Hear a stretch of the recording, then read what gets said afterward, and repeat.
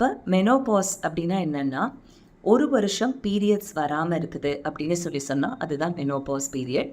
அதுக்கப்புறமா ப்ளீடிங் வர்றதுங்கிறது நார்மலான விஷயம் கிடையாது. போஸ்ட் மெனோபாசல் ப்ளீடிங் அப்படின்னு சொல்லுவோம். ஸோ இப்போ யார் ஒருவருக்கும் 6 மாதம் பீரியட்ஸ் வராமல் அதுக்கப்புறமா பீரியட்ஸ் வருதுன்னா கட்டாயமாக அவங்க மருத்துவர்கிட்ட பார்த்து என்ன காரணங்கிறது தெரிஞ்சுக்கணும்.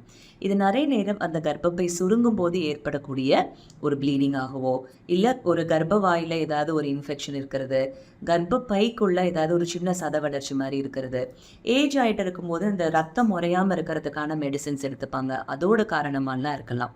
ஆனால் இதில் முக்கியமாக நம்ம ரூல் அவுட் பண்ண வேண்டியது கர்ப்பவாய் புற்றுநோய் அண்ட் கர்ப்பப்பை புற்றுநோய். இது ரெண்டும் இல்லையா, இது ஒரு சாதாரண விஷயந்தானா அப்படிங்கிறத கட்டாயமாக மருத்துவர்கிட்ட பரிசோதித்து தெரிஞ்சுக்கணும். ஸோ 6 மாதம் பீரியட்ஸ் வராமல் இருந்த ப்ளீடிங் வந்ததுன்னா அதில் அலட்சியமாக இருக்கக்கூடாது.